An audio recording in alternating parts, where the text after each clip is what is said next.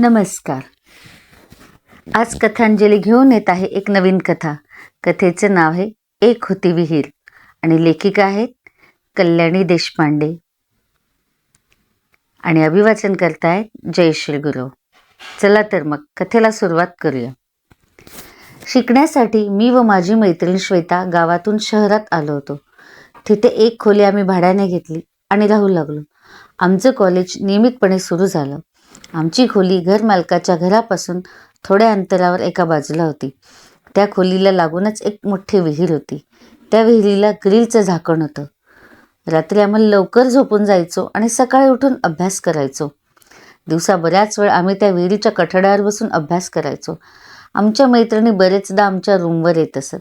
त्या विहिरीच्या कठड्यावर बसूनच आम्ही गप्पा मारत असो.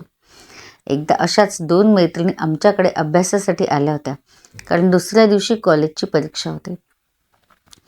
त्यातली एक मैत्रीण रात्री अचानक खिडकीजवळ उभी राहून बाहेरच्या विहिरीकडे बघू लागली.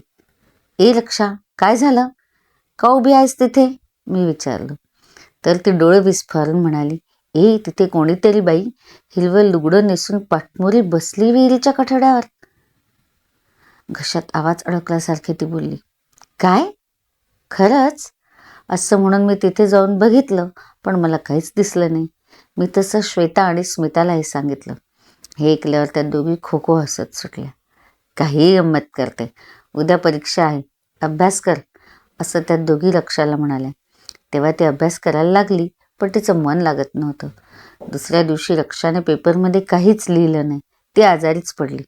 काही दिवसांनी तिला बरं वाटू लागलं.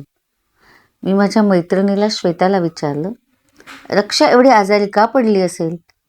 इथे त्या दिवशी तिने पाहिलेलं खरं असेल का गं? मला नाही वाटत तसं. आपण नेहमीच त्या विहिरीच्या कठड्यावर बसतो. आपल्याला झालं का कधी? किंवा काही दिसलं का? कधीच नाही. रक्षाला परीक्षेचं टेन्शन आलं असेल म्हणून तिने काहीतरी गंमत केली असेल, माझी मैत्रीण म्हणाली. त्या दिवशी रात्री आम्ही झोपलो, पण मला रात्री 12 वाजता हुंदक्यांचा आवाज ऐकू आला, म्हणून मी कानोसा घेतला. तर आवाज विहिरीच्या बाजूनेच येत होता. माझी पाचावर धारण बसली. मी माझ्या मैत्रिणीला उठवून जागं करू लागली, पण ती कुंभकर्णाची शिष्या, ती कशी उठते? मग मीच हळूहळू जाऊन खिडकीतून बघितलं, पण मला काहीच दिसलं नाही. त्यानंतर काही आवाज आला नाही, पण माझी झोप मात्र उडाली. दुसऱ्या दिवशी मी मैत्रिणीला सांगितलं, श्वेता, काल मी हुंदक्यांचा आवाज ऐकला. तो आवाज विहिरीकडूनच येत होता. तिथे नक्कीच ती हिरव्या लुगड्यावाली बाई रडत असणार. काहीतरीच काय बोलते ग? अगं तुझ्याच मनात ते विचार सुरू होते ना, म्हणून तुला भास झाला असेल, श्वेता म्हणाली. ठीक आहे, मला वाटते तुला स्वतःला जोपर्यंत अनुभव येत नाही तोपर्यंत तू विश्वास ठेवणार नाहीच, मी म्हटलं. दुसऱ्या दिवशी रात्री जेवताना श्वेता म्हणाली, अरे माझा डबा बाहेरच राहिला. फोन आल्यामुळे मी बोलत बोलत आत आली आणि डबा बाहेरच विसरली. थांब, मी घेऊन येते. थोड्या वेळात लगेच येऊन ती मला म्हणाली, हे काय, तू अशी पण गंमत करणं सुरू केलं की काय? माझा डबा रिकामा आहे, तू खाल्ला ना, मला माहीत आहे. मी कशाला खाईल ग तुझा डबा? मला माझा डबा नाही का? कुठे ठेवला होता तू डबा? मी म्हटलं. त्या विहिरीच्या कठड्यावर, श्वेता म्हणाली. बघ, मी म्हटलं होतं ना विहिरीत हडळ आहे, तीच त्या दिवशी रक्षाला दिसली होती, असं मी म्हटलं. पण श्वेताला त्यावर विश्वास बसला नाही. तिला वाटत राहिले की मीच तिचा डबा खाल्ला म्हणून. शहरातच माझ्या आते बहिणीचं सासर होतं. तिने तिच्या घरी कार्यक्रम असल्यामुळे मला बोलावलं, म्हणून मी तिथे गेली. दुसऱ्या दिवशी रविवार असल्याने कॉलेजचा प्रश्न नव्हता. रूममध्ये माझी मैत्रीण श्वेता एकटीच होती. मी तिला दुसऱ्या एखाद्या मैत्रिणीला सोबतीला बोलवून घे किंवा माझ्यासोबत चल असं सांगितलं, पण तिला पटलं नाही. मी एकटीच राहते असं ती म्हणाली. वरून मी काय भित्री भागूबाई थोडीच आहे असं ती म्हणाली. दुसऱ्या दिवशी सकाळी संध्याकाळी मी माझ्या आत्ते बहिणीकडून रूमवर परतली आणि बघते तर काय, माझी मैत्रीण तापाने फणफणली होती. तिला बोलण्याची सुद्धा शक्ती नव्हती. मी घरमालकिणीच्या मदतीने डॉक्टरांना बोलवलं. डॉक्टरांनी तापाचं औषध लिहून दिलं.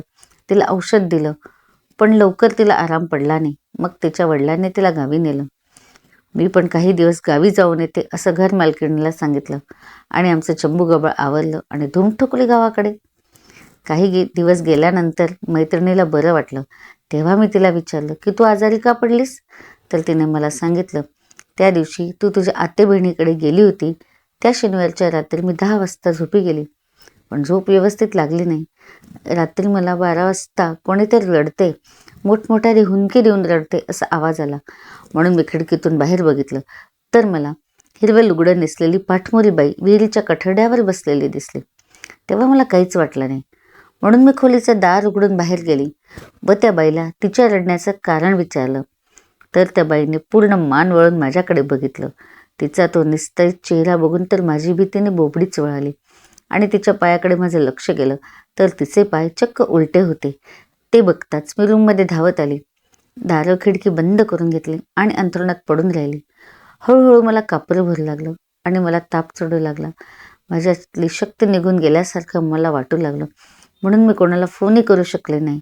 तू जेव्हा आली तेव्हाच तू घर मालकिणीला सांगितलं, नाहीतर तोपर्यंत कोणालाच माझ्या अवस्थेचा पत्ता नव्हता. जेव्हा दुसरी रूम मिळाली तेव्हाच मी व माझी मैत्रीण परत शहरात आलो आणि दुसरी रूम शोधताना तिच्या जवळपास विहीर नसल्याची खात्री आम्ही आवर्जून करून घेतली. समाप्त.